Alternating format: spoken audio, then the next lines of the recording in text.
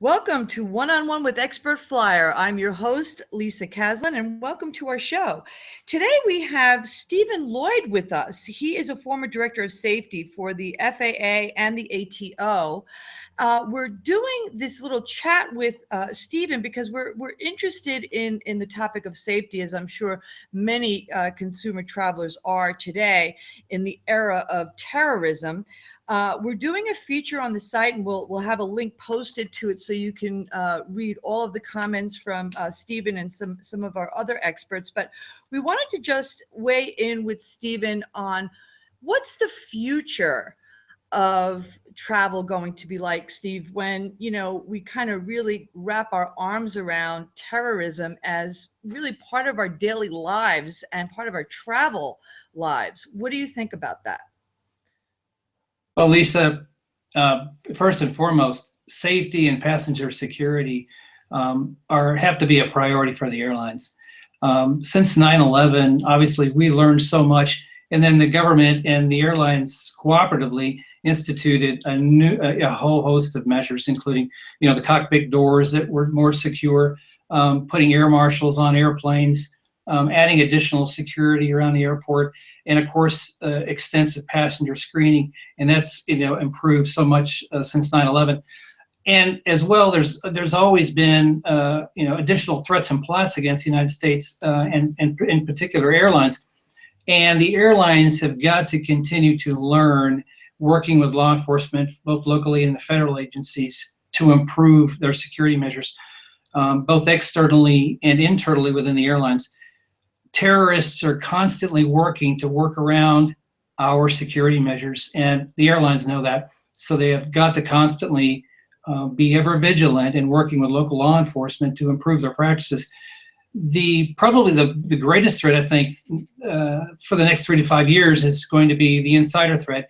And you saw with the Germanwings incident and others, it doesn't have to necessarily be a terrorist act from another country, ISIS, for instance, or others. It could be an internal threat from an employee or somebody that wants to gain access to that company to cause harm. So security and background investigations, and again, that vigilance within the company, training for pilots and employees about what to look for and behavioral changes within their, in their own ranks, I think are going to be key for the airlines. Obviously, using the technology that changes constantly within the internet and cyberspace is going to be very helpful and important. But again, for the airlines, passenger security and safety have to be the number one priority. Yeah. I mean, I think we all are in violent agreement with that. Do you think that the U.S. needs to take a page out of the book from other companies like Israel, for example? Their track record in terms of safety on their, primary airline, El Al, is, beyond reproach. How do we kind of take a look at their model? Is it possible for, a huge country like the United States to adopt some of those practices? I've always felt that you can't do too much. There always is that balance in, being able to get that airplane out on time and passenger comfort in there, but there is that balance. As far as I'm concerned, safety and security, the number one priority. So we have to find a way, take the measures, whatever measures are necessary to ensure safety. People are going to feel safer. They're going to want to fly, especially, and I mentioned to you this before when I answered some questions before. People see security officers in an airport, there's going to be that comfort level.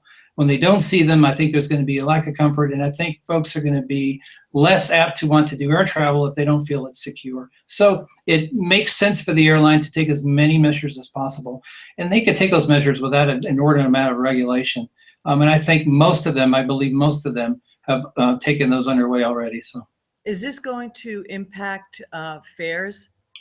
I would imagine it would. Well, there's always a cost. There's always a cost. They're doing everything they can to keep the fares down, but it's a very competitive business. They don't make a lot of money.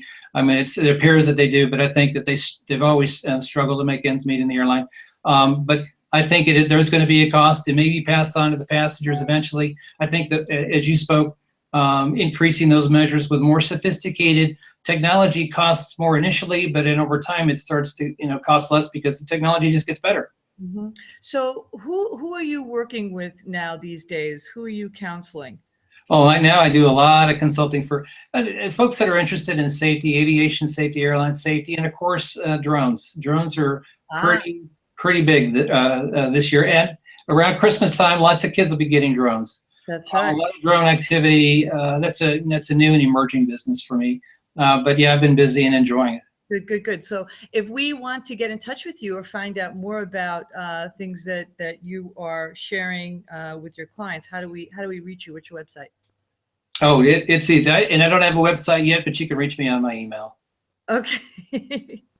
All right, good enough. Well, listen, thank you so much for being with us, Stephen. We really appreciate you and all your great knowledge, and we hope to have you back again sometime soon.